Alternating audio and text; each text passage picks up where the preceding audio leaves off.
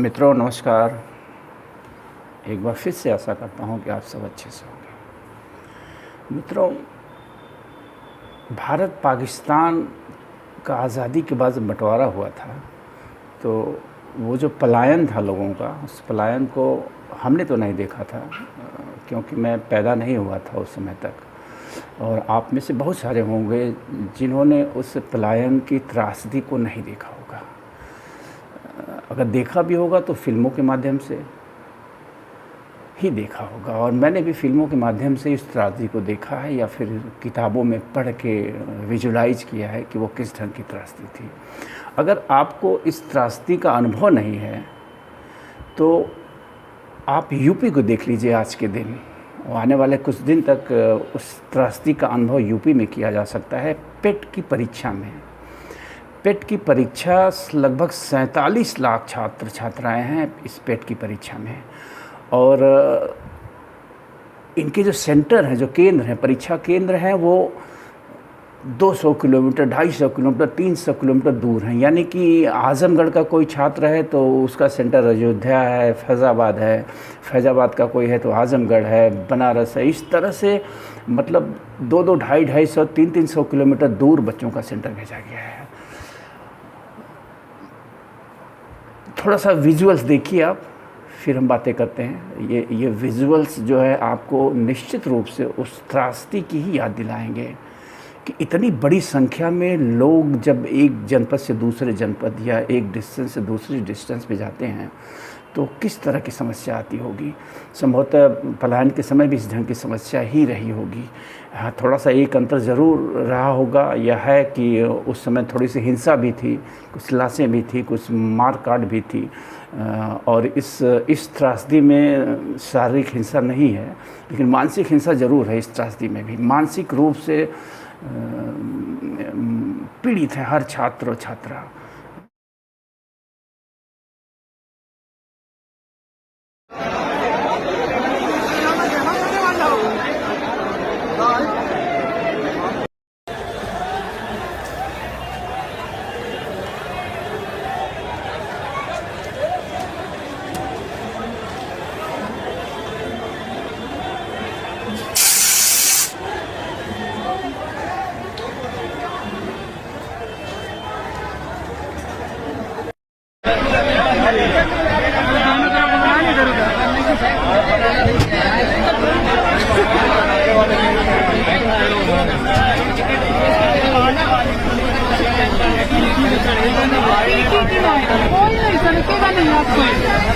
जब तक उतरेगा ना कोई टीटी पीटी कोई नहीं सनकेगा ना। आरपीएफ में दिया, आरपीएफ में टीटी।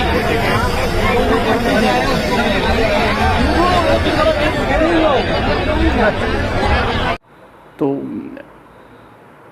आपने विजुअल्स देखा होगा आपने विजुअल्स जो मतलब कितनी दुर्दशा से ये बच्चे जो है परीक्षा देने जा रहे हैं।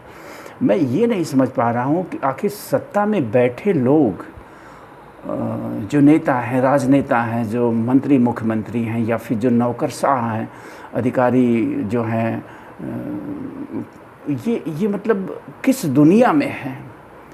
क्या सोच के इन्होंने जो है इस ढंग से परीक्षा के केंद्र बनाए। ये अपनी नाकामी को कह सकते हैं, ये तंत्र की विफलता जो इनकी है नकल रोक पाने की, उस तंत्र की विफलता की सज़ा ये छात्राओं को के दे रहे हैं। जैसा कि हम सब जानते हैं, पूरा देश कोरोना की महामारी के बाद या देश के आर्थिक जो भी हालात चल रहे हैं उसके चलते देश पहले से ही एक बड़ी बेरोज़गारी, गरीबी से जूझ रहा है।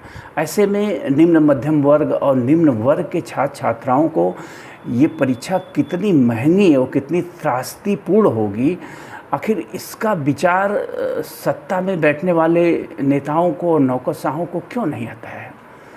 शायद इसलिए नहीं आता है कि वो जानते हैं कि उनके बच्चे नहीं हैं, जो नेता हैं, जो मंत्री संतरी हैं, जो अधिकारी कर्मचारी हैं, वो लूट के माल से भरे हुए हैं। उनके बच्चे शायद अगर पेट की परीक्षा दे भी रहे होंगे तो रिज़र्व गाड़ियों से गए होंगे, तो उनको शायद इस वजह से भी फ़र्क न पड़ा होगा। मैं इसे एक तुगलकी आदेश की तरह ही देख रहा हूँ। एक ज़माना था तुगलक इस ढंग का आदेश दिया था कि राजधानी को दिल्ली से दौलताबाद उसने किया था, और फिर दौलताबाद से दिल्ली किया था। और उस दौरान लोग बताते हैं कि एक बड़ी आबादी जो है मर खप गई इस ट्रांसपोर्टेशन में, एक जगह से दूसरे जगह में। ठीक वही हालात पैदा किए गए उत्तर प्रदेश सरकार द्वारा इस मूर्खतापूर्ण निर्णय से। आखिर क्या कोई दूसरा विकल्प नहीं था? अगर आप नकल नहीं रोक पा रहे हैं, आपका तंत्र विफल है, तो उसकी सज़ा आप छात्रों को देंगे। कोई दूसरा विकल्प नहीं है। चुनाव हमारे यहाँ चरणबद्ध तरीके से होते हैं, उसी चुनावी प्रक्रिया की तरह चरणबद्ध तरीके से इन परीक्षाओं को नहीं लिया जा सकता था कि सीमित संख्या में बच्चों की परीक्षा ली जाती।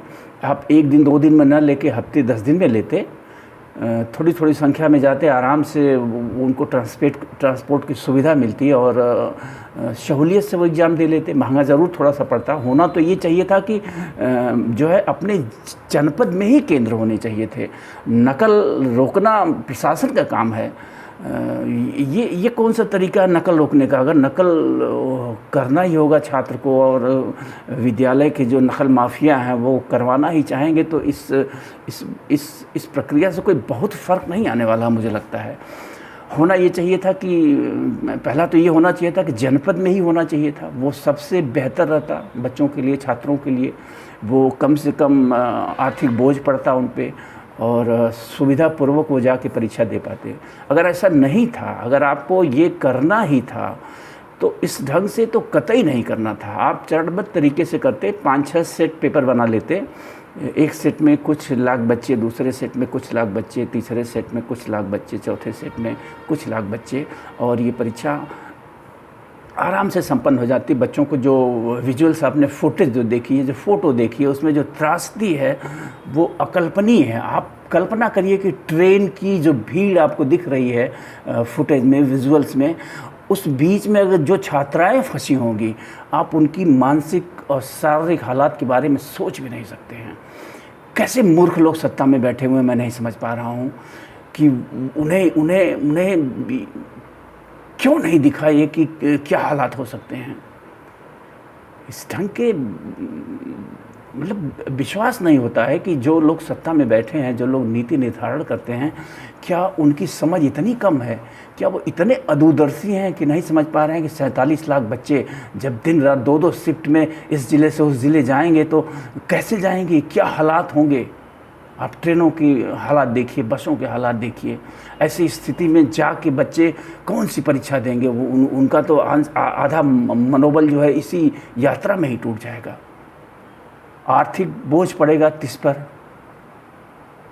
देश की 80 करोड़ जनता को आप मुफ्त में अनाज दे रहे हैं, ये मान के कि उनके पास खाने के लिए पैसा नहीं है, और आप उम्मीद कर रहे हैं कि उनके बच्चे जो है 500 किलोमीटर तक जो है 2-2, 4-4 हज़ार रुपये खर्च करके परीक्षा देने जाएंगे पेट की।